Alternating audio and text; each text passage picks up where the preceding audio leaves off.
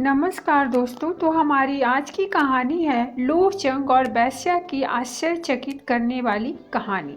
इस पृथ्वी पर भगवान श्री कृष्ण की जन्मभूमि मथुरा नगरी है। वहाँ रूपनिका नाम की एक वेश्या रहती थी। उसकी माँ मकरदंस्त्रा बड़ी ही कुरूप और कुबड़ी थी। वह कुटनी का कार्य भी करती थी। रूपनिका के पास आने वाले युवक उसकी माँ को देखकर बड़े दुखी होते थे। एक बार रूपनिका पूजा करने मंदिर में गई। वहाँ उसने दूर खड़े एक युवक को देखा। युवक ने भी रूपनिका को देखा और देखते ही वह उस पर आसक्त हो गया। वह उसे प्राप्त करने के लिए विचार करने लगा। बेचारा युवक आया तो था पूजा करने, किंतु वेश्या पर मर मिटा। रूपनिका की मन स्थिति भी इसी प्रकार की हो गई थी। वह भी पूजा करने आई थी, किंतु युवक पर मोहित हो गई। उसने अपने साथ आई सेविका से कहा, देखो वह सामने एक युवक खड़ा है, जाकर उससे कहो कि आज रात्रि वह मेरे पास घर पर पधारे। सेविका युवक के पास गई और बोली, युवक, वह सामने मेरी स्वामिनी रूपनिका खड़ी हैं। उन्होंने आज रात्रि आपको अपने घर आमंत्रित किया है। आप अवश्य आने की कृपा करें। यह सुनकर युवक बोला, मुझे इसमें कोई आपत्ति नहीं है, किंतु मैं लोहचंग नाम का एक निर्धन ब्राह्मण हूँ, जबकि रूपनिका के पास केवल धनवान ही जा सकते हैं। ऐसी स्थिति में मैं वहाँ कैसे आ सकता हूँ? मेरी स्वामिनी आपसे धन नहीं चाहती। आप केवल उनके निवास स्थान पर आ जाएं, यही बहुत है। यदि ऐसी बात है तो आज रात्रि मैं अवश्य आऊँगा। सेविका ने सारी बात रूपनिका को बताई। पूजा करने के बाद रूपनिका अपने घर पहुंची और उस युवक के ध्यान में डूब गई। संध्या होने पर वह उसकी प्रतीक्षा में बैठ गई। लोहचंग निश्चित समय पर रूपनिका के पास पहुंच गया। मकरदंस्त्रा को बड़ा आश्चर्य हुआ, क्योंकि उसने रूपनिका को काफी समझा बुझाकर मंदिर भेजा था। लोहचंग को आया देख रूपनिका प्रसन्नता के साथ उसे अपने शयन कक्ष में ले गई। उसने अपनी माँ की भी कोई परवाह नहीं की। लोहचंग के साथ सहवास करने से रूपनिका को अपार आनंद प्राप्त हुआ था। वह अपने जीवन को धन्य समझने लगी। उसने अन्य युवकों से संबंध तोड़ लिए और केवल लोहचंग की होकर रहने लगी। लोहचंग भी आनंद पूर्वक उसी के घर में रहने लगा। अपनी कन्या के इस व्यवहार से मकरदंस्त्रा बड़ी दुखी थी। कहाँ वह नगर भर की वेश्याओं को प्रशिक्षण देती थी और कहाँ उसी की पुत्री उसके बस से बाहर हो गई। उसकी कुछ समझ में नहीं आ रहा था कि क्या करे। एक दिन वह रूपनिका से बोली, पुत्री, इस दरिद्र को तुमने क्यों पाल लिया है? मनुष्य भले ही मुर्दे का स्पर्श कर ले, किंतु वेश्या निर्धन का स्पर्श नहीं करती। सच्चे प्रेम और वेश्यावृत्ति का आपस में कोई संबंध नहीं है। प्रेम बंधन में उलझ जाने वाली वेश्या की चमक संध्या के समान शीघ्र नष्ट हो जाती है। वेश्या केवल धन के लिए प्रेम का नाटक करती है। मेरा कहा मानो, इस दरिद्र ब्राह्मण से पल्ला छुड़ा लो, अन्यथा तुम स्वयं अपने पांवों पर कुल्हाड़ी मार लोगी। माँ की बातें सुन रूपनिका को बड़ा गुस्सा आया। वह कहने लगी, माँ, चाहे तुम कुछ भी कहो, मैं इसे नहीं छोड़ सकती। मैं इसे प्राणों से भी अधिक चाहती हूँ। मेरे पास धन की कमी नहीं है, और फिर इतने धन का मैं करूँगी भी क्या? तुम बहुत बड़बड़ कर रही हो। अब भविष्य में इस प्रकार की बातें मत करना। पुत्री को विद्रोह पर उतरी हुई जानकर मकरदंस्त्रा मन महसूस कर रह गई। वह किसी प्रकार लोहचंग को निकाल बाहर करने की योजना बनाने लगी। कुछ दिन बाद मकरदंस्त्रा ने कुछ सशस्त्र सैनिकों के साथ जाते हुए एक राजकुमार को देखा। उसके पास जाकर वह बोली, मेरे घर पर एक निर्धन कामुक ब्राह्मण ने अधिकार कर लिया है। प्रार्थना करती हूँ कि आप उसे किसी भी प्रकार निकाल बाहर करें। इसके बदले में आप मेरी पुत्री के साथ आनंद पूर्वक विहार कर सकते हैं। प्रजा की रक्षा करना अपना कर्तव्य समझ राजकुमार ने उसकी बात स्वीकार कर ली। वह रूपनिका के घर गया। संजोग से उस समय रूपनिका मंदिर गई हुई थी और लौहजंग भी घर पर नहीं था। कुछ ही समय बाद जब वह लौटा तो राजकुमार के सैनिक उसे पीटने लगे। वह वहां से भागने लगा तो सैनिकों ने उसे नाले में गिरा दिया। जान बचाकर किसी तरह वह वहां से भाग खड़ा हुआ। लौटने पर रूपनिका ने घर की दशा देखी और जब उसे सब कुछ ज्ञात हुआ तो वह बहुत दुखी हुई। फिर राजकुमार को भी लगा कि उसने जो कुछ किया वह उचित नहीं था। तब उसने रूपनिका के भोग का विचार छोड़ दिया और वहां से निकल पड़ा। लौहजंग समझ गया कि यह सब मकर दंष्टा की करतूत है। उसे उस पर भारी क्रोध आ रहा था, किंतु वह विवश था। इसीलिए वह किसी तीर्थ में जाकर आत्मघात करने का विचार करने लगा। तपती दोपहरी में वह आगे बढ़ रहा था। मकर दंष्टा के व्यवहार से दुखी तो वह था ही, ऊपर से भयंकर गर्मी में चलना भी कठिन हो गया।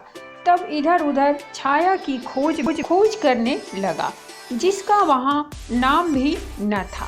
तभी उसे एक मरे हाथी की खाल दिखाई दी, जिसका मांस गिद्धड़ों ने खा लिया था, किंतु चमड़े को वे नहीं खा पाए थे। उस खाल के पास जाकर लौहजंग उसके अंदर देखने लगा। उसमें मांस या रक्त का नाम भी न था। वह उसके अंदर जाकर बैठकर आराम करने लगा। छाया मिलते ही गर्मी में थके हारे लौहजंग को तत्काल नींद आ गई। लौहजंग को कुछ भी सूझ न थी। उसे यह मालूम न हो सका कि कब भयंकर वर्षा हुई और कब क्या हुआ। वर्षा में नदियों से बहता हुआ वह उसी खाल के साथ समुद्र में जा पहुंचा। समुद्र में वह खाल के साथ ऊपर नीचे हो रहा था तो एक गरुड़ ने उसे देख लिया। उसे मांस का पिंड समझकर गरुड़ झपट कर उसे एक टापू पर ले गया। वहां उसने हाथी की खाल को उधेड़ डाला, किंतु उसमें मांस का तो नाम भी न था, अपितु अंदर एक जीवित मनुष्य बैठा था। तब उसे वही छोड़कर गरुड़ उड़ गया। नींद खुलने पर खाल में बने छेदों से लौहजंग ने बाहर देखा तो उसकी कुछ भी समझ में नहीं आया। उसे यह सब स्वप्न के समान लग रहा था। सहसा उसकी दृष्टि समुद्र तट पर खड़े दो राक्षसों पर पड़ी, जो भयभीत होकर उसे देख रहे थे। उन भयानक राक्षसों को देखकर लौहजंग भी डर गया।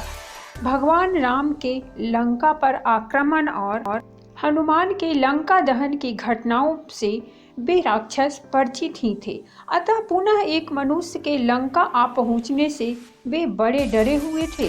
उन्होंने इस घटना के विषय में राजा विभीषण को सूचित किया। श्री राम की घटना से विभीषण जानते थे कि मनुष्य जाति बड़ी प्रभावशाली है। द्वीप में मनुष्य के आगमन के समाचार से वह बड़ा चिंतित हुए और उन्होंने अपने दूतों को आदेश दिया, जाओ समुद्र तट पर आए हुए उस मानव को आदर सहित यहाँ ले आओ। भयभीत दूत ने डरते डरते लौहजंग को विभीषण का आदेश सुनाया। लौहजंग ने ध्यान से उसकी बात सुनी और फिर उसके साथ चल पड़ा। लंका की शोभा देखकर लौहजंग को बड़ा आश्चर्य हुआ। सोने की लंका जगमगा रही थी। दूत के साथ लौहजंग विभीषण की सभा में पहुंचा, जहां उसने विभीषण को देखा। विभीषण ने ब्राह्मण समझकर लौहजंग का समुचित सत्कार किया और उसका परिचय जानने के लिए पूछा, ब्राह्मण देवता आप कौन हैं? आपका यहाँ आगमन कैसे हुआ? लौहजंग सरासर झूठ बोल गया, मैं मथुरा निवासी एक कुलीन ब्राह्मण हूँ। अपनी दरिद्रता से दुखी होकर मैंने निराहार रहकर भगवान विष्णु की तपस्या की। तब भगवान ने स्वप्न में दर्शन देकर मुझसे कहा, पुत्र तुम लंका नरेश विभीषण के पास जाओ, वह मेरा परम भक्त है, वह तुम्हें मुंह मांगा धन देगा। मैंने भगवान से कहा, मैं विभीषण के पास पहुंचूंगा कैसे? कहा, राजा विभीषण कहाँ मैं? तुम शीघ्र जाओ, तुम्हारी भेंट विभीषण से होगी। भगवान बोले। इसके बाद जब मेरी नींद खुली तो मैंने स्वयं को इस द्वीप पर पाया।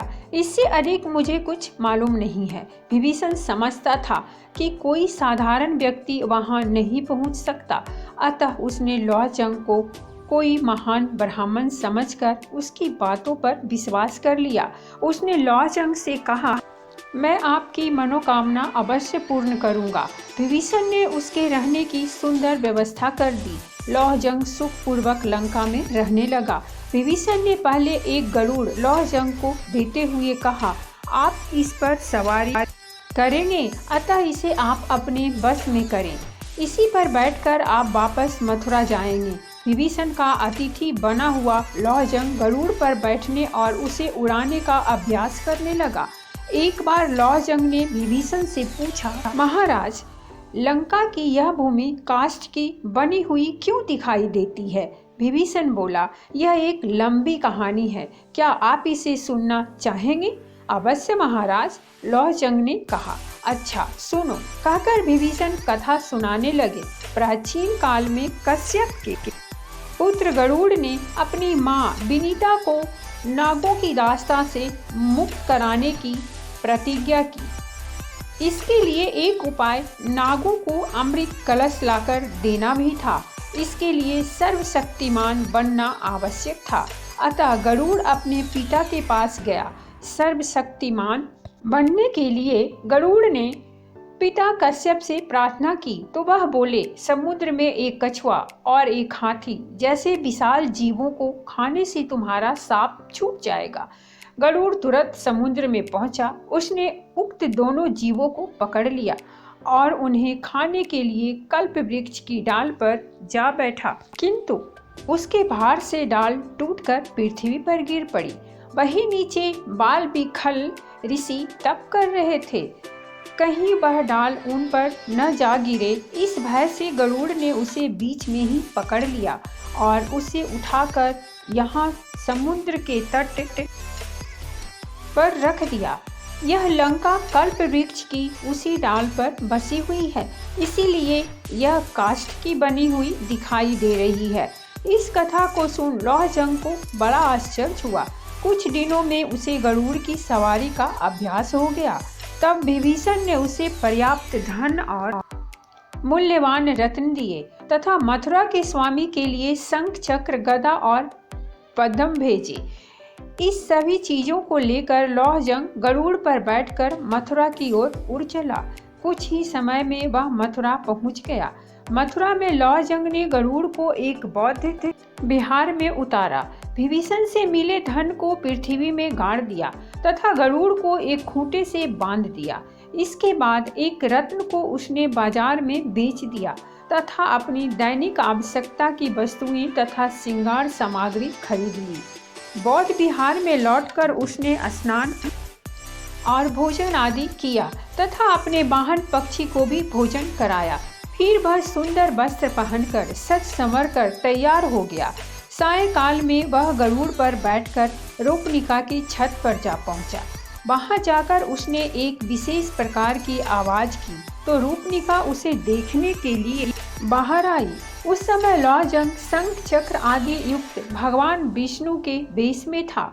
उसे देखने पर रूपनिका ने उसे भगवान विष्णु ही समझा। लॉजंग ने उसे अपना वास्तविक परिचय नहीं दिया और बोला, मैं भगवान विष्णु तुमसे मिलने आया हूँ। रूपनिका उसे प्रणाम करते हुए बोली, भगवान आपने बड़ी कृपा की, आइए विराजिए। अपने वाहन पक्षी को वहीं बांधकर लॉजंग रूपनिका के कक्ष में चला गया। कुछ समय उसके साथ बिताने के बाद लॉजंग गरुड़ पर बैठकर अपने निवास स्थान पर चला गया। इसके बाद रूपनिका को बड़ा हर्ष होने लगा। उसे अपने भाग्य पर बड़ा गर्व हुआ कि वह भगवान की प्रेमिका बन गई है। वह समझने लगी कि साक्षात विष्णु की प्रेमिका बन जाने से वह स्वयं भी देवी बन गई है और अब उसे मनुष्यों से बातें भी नहीं करनी चाहिए। अतः रूपनिका ने लोगों से बोलना भी छोड़ दिया। वह अंदर ही पर्दे में रहने लगी। उसके इस व्यवहार से उसकी माँ को आश्चर्य होना स्वाभाविक ही था। इसका कारण जानने के लिए माँ ने पुत्री से पूछा, बेटी तुमने बोलना क्यों छोड़ दिया है? माँ द्वारा बार बार पूछे जाने पर रूपनिका ने सारी बात उसे बता दी। कुटनी माँ को पहले तो पुत्री की बात पर विश्वास न हुआ, किंतु जब रात्रि में लौहजंग गरुड़ पर बैठकर पुनः आया तो उसने स्वयं देख लिया, अतः उसे विश्वास करना ही पड़ा।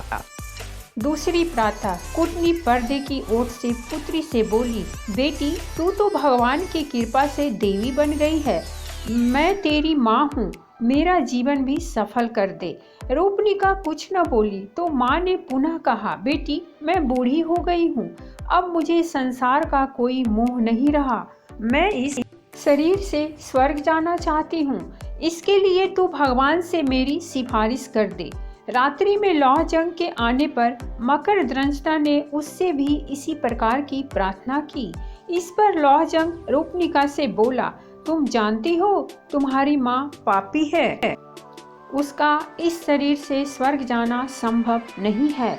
एकादशी को स्वर्ग द्वार खुलने पर पहले शिव के गण वहां प्रवेश करते हैं।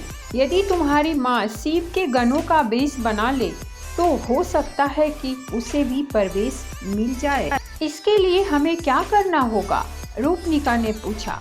उसका सिर 5 जगह से मुंडवाकर 5 चोटियां रखनी होंगी, गले में हड्डियों की माला पहननी होगी तथा आधे शरीर में काजल और आधे में सिंदूर पोतना होगा, तभी उसे शिव गणों में मिलाया जा सकेगा। उसके ऐसा कहने पर ही मैं कुछ कर सकता हूँ। यह सब बताने के बाद लौहजंग ने रूपनिका के साथ विहार किया, फिर लौट गया। रूपनिका ने यह उपाय अपनी माँ को बताया तो वह ऐसा करने के लिए हो गई। एकादशी के दिन उसने नाई बुलवाया और लौहजंग के बताए अनुसार सिर मुंडाकर तैयार हो गई तथा रात्रि होने की प्रतीक्षा करने लगी। यथा समय लौहजंग वहां आया, उसने रूपनिका के साथ रमन किया। इसके बाद जब वह जाने लगा तो रूपनिका ने अपनी माँ को उसके साथ भेज दिया। कुटनी को गरुड़ पर बैठाकर लौहजंग उड़ चला। मार्ग में एक मंदिर के पास चक्र के चिन्ह वाले पत्थरों के कुछ खंभों को देखा तो कुटनी को एक खंभे पर बैठा दिया और उससे कहा, मैं शिव के गणों के पास जाता हूँ और तुम्हें स्वर्ग में प्रवेश दिलाने का प्रयत्न करता हूँ, तब तक तुम मेरी यहीं प्रतीक्षा करो। बुढ़िया कुटनी को वहां बैठाकर लौहजंग उड़ गया। आगे एक मंदिर में रात्रि जागरण हो रहा था, लोग कीर्तन कर रहे थे। लौहजंग आकाश से ही उनसे बोला, भक्तों आज तुम पर महाविनाशक महामारी गिरने की संभावना है, उससे बचने का केवल एक ही उपाय है कि सब मिलकर भगवान का भजन करो। इसके बाद वह पुनः आगे बढ़ गया। आकाशवाणी सुनकर भक्त जोर जोर से कीर्तन करने लगे। इसके बाद लौहजंग अपने निवास स्थान पर गया। अपने वाहन को एक खूंटे से बांधकर उसने अपना भगवान का वेश उतार दिया तथा इसके बाद वह स्वयं भी कीर्तन करने वालों में जा मिला। खंबे पर बैठी हुई कुटनी थक गई थी। वह मन ही मन विचार करने लगी कि आखिर भगवान क्यों नहीं आए। थकने से वह कभी भी नीचे गिर सकती थी, अतः वह चिल्लाने लगी, अरे अरे मैं गिर रही हूँ, मुझे बचाओ। कीर्तन करते लोगों ने उसका चिल्लाना सुना तो उसे महाविनाशक महामारी समझा, अतः वे बोले, नहीं नहीं मत गिरो, महामारी न गिर पड़े। इस भय से मथुरा के लोग सारी रात भयभीत बने रहे। प्रातःकाल राजा और प्रजा सभी ने उस खंबे पर कुटनी को बैठा पाया तो उन्हें बड़ा आश्चर्य हुआ। उसे पहचान कर लोग अपनी हंसी रोक ना पाए। इस सूचना के मिलने पर रूपनिका भी वहां आई। अपनी माँ को इस स्थिति में देख वह आश्चर्य में डूब गई। किसी प्रकार कुटनी को खंभे से नीचे उतारा गया। पूछने पर उसने अपने साथ बीती सारी घटना लोगों को कह सुनाई। लोगों ने इसे सिद्ध पुरुष द्वारा किया गया एक मजाक समझा। सभी कहने लगे, इस कुटनी ने कई युवकों को ठगा है, चलो आज कोई इसे ठगने वाला भी मिल गया, निश्चय ही वह कोई पहुंचा हुआ व्यक्ति होगा। इस घटना से राजा का भी अच्छा मनोविनोद हुआ, अतः उसने घोषणा दी कि इस कुटनी को दंड देने वाला हमारे सामने आ जाए, उसे सम्मानित किया जाएगा। घोषणा होने पर लौहजंग राजा के सामने आ गया। उसने विभीषण द्वारा दिए शंख चक्र आदि उपहार भी राजा को सौंप दिए। इसके बाद लौह जंग का सम्मान किया गया और उसकी शोभा यात्रा निकाली गई। चारों ओर उसकी चर्चा होने लगी। राजा ने रूपनिका को वेश्यावृत्ति से मुक्त कर दिया। लौह जंग ने कूटनी से अपने अपमान का बदला ले लिया और फिर वह सुखी एवं समृद्ध जीवन बिताने लगा। तो दोस्तों, ये थी हमारी आज की कहानी। अगर कहानी अच्छी लगी हो तो प्लीज़ हमारे चैनल को सब्सक्राइब कीजिए, वीडियो को लाइक और शेयर जरूर कीजिए। कहानी सुनने के लिए बहुत बहुत धन्यवाद।